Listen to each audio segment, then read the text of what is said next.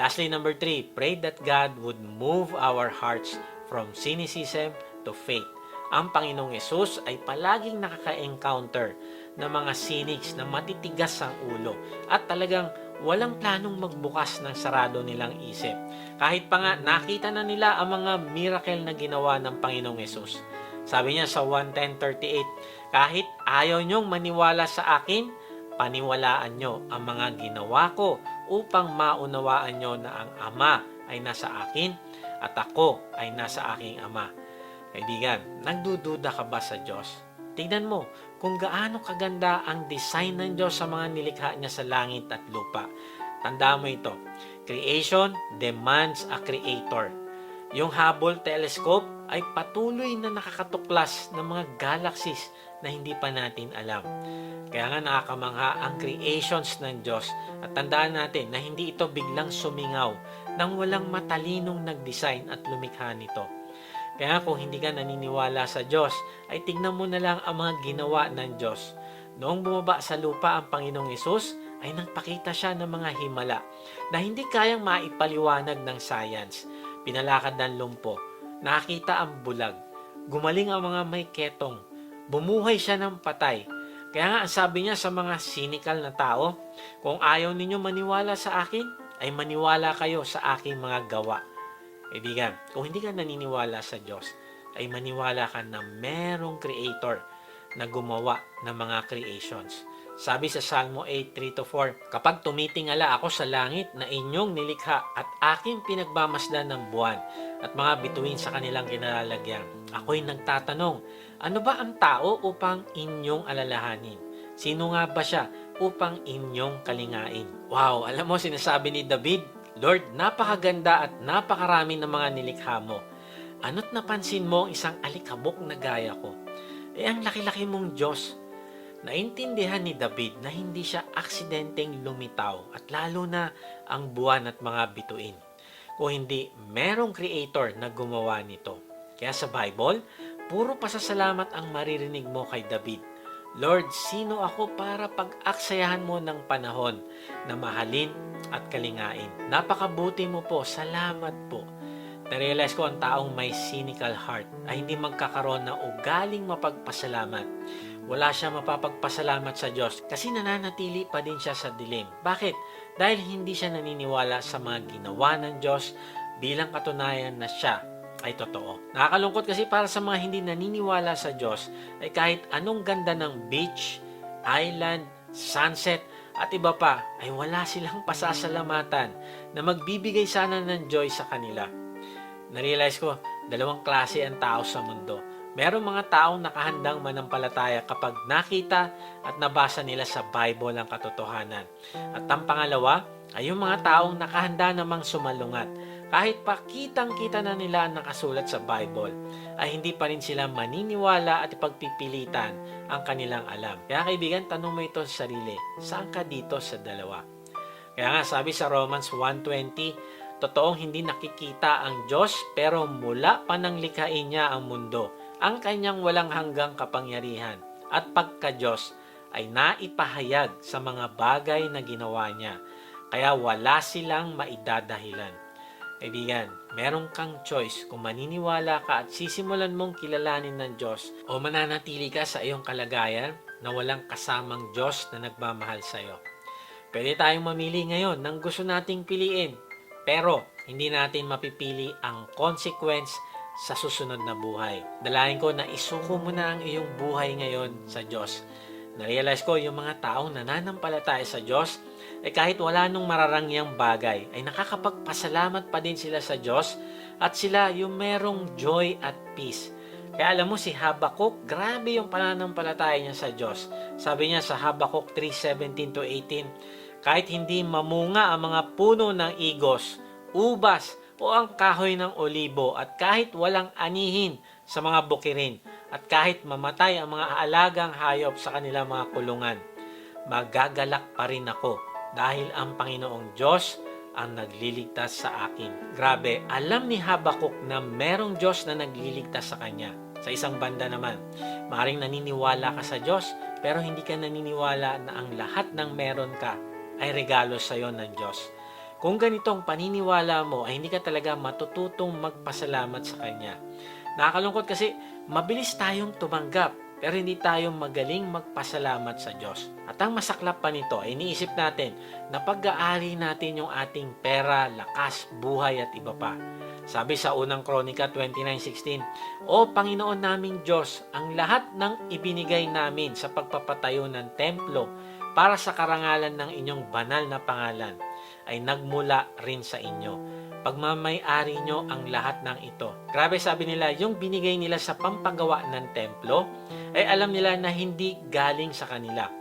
Alam nila na ito ay galing pa rin sa Diyos at wala silang dapat ipagmalaki. "O Lord, nagbigay ako sa church. Generous talaga ako." Kaibigan, napakaganda nung ginawa mong pagbibigay sa Diyos. Pero sa halip na maging proud ka sa laki ng nabigay mo sa church, ay magpasalamat ka na lang sa Diyos. Dahil yung binigay mo ay sa Kanya pa rin yan galing. Yung kakayahan mo kumita ng pera ay sa Kanya rin yan galing. Yung buhay mo at yung trabaho mo ay sa Kanya pa din galing yan. Kaya hindi ka nagbibigay kung hindi nagbabalik ka lang talaga ng para sa Diyos. Lord, salamat po dahil kahit ang pambigay ko sa inyo ay kayo pa rin ang nagpo-provide. Salamat at kayo na rin ang gumawa ng paraan para masunod ko kayo na magbigay ako sa inyo. Kaibigan, tandaan mo, bawat hininga mo ay regalo ng Diyos. Kaya kung gusto mo maging katulad ng Panginoong Yesus, ay hindi ka magsisimula sa matitinding kaalaman mo sa Biblia. Kung hindi magsisimula ka sa iyong ugali, kailangan mo magkaroon ng mapagpasalamat na ugali. Kaya tanungin natin ito sa sarili, nagpapasalamat ba ako sa Diyos sa kahit anong sirkumstansya ng buhay ko? Noong Civil War sa Amerika ay may isang sundalo na mamamatay na dahil sa tama ng bala. At pinatawag nito ang kanilang chaplain o pastor. Pagdating ng pastor ay iniisip nito na hihilingin ng sundalo na ipanalangin nila na gumaling siya. Pero hindi pala. Hiniling niya na guntingin ng pastor ang kapiraso ng kanyang buhok at ibigay ito sa kanyang nanay. Tapos, sinabi niya sa pastor na lumuhod po kayo at magpasalamat sa Diyos. Sabi ng pastor, ano yung pagpapasalamat ko? Sabi ng mamamatay na sundalo na pasasalamat po sa Diyos dahil binigyan niya ako ng mabuting nanay. Pasasalamat din sa Diyos dahil ako ay isang Kristiyano. At pasasalamat din sa grace o biyaya ng Diyos sa akin. At salamat din po sa Diyos dahil sa aking tahanan na hinanda niya at ipinangako sa akin sa langit. At ganun nga ang ginawa ng pastor. At doon sa kanyang panalangin, alam mo, ay wala ni isa mang kahilingan, kung hindi mula umpisa hanggang matapos, ay puro pasasalamat lang ito sa Diyos. Kaibigan, kailan ka huling nagbilang ng blessings ng Diyos sa iyo? Kailan mo ito huling pinagpasalamat sa Kanya? Kailan mo huling pinagpasalamat ang mahal mo sa buhay? Narealize ko na ang pasasalamat ay dapat nating maging lifestyle at hindi lang sa tuwing nakakatanggap tayo ng regalo. Kaibigan, simulan mo ipagpasalamat sa Diyos ang lahat ng meron ka. Pati na itong pagkapanood mo ng mensahe na ito ngayon, hindi aksidente na napapanood mo ito ngayon dahil milyon-milyon ng mga Pilipinong may cellphone. Pero ikaw, ang kinakausap ngayon ng Diyos. Kaibigan, marahil hindi ka naniniwala sa Diyos o marahil naniniwala ka sa Kanya pero hindi mo pa ipinagkakatiwala ang iyong kaligtasan sa Kanya. Kaibigan, mahihirapan kang maging mapagpasalamat sa Diyos kung hindi mo pa natatanggap ang pinakamahalagang regalo niya sa iyo. Ano yon? Ang regalo niya sa iyo na buhay na walang hanggan.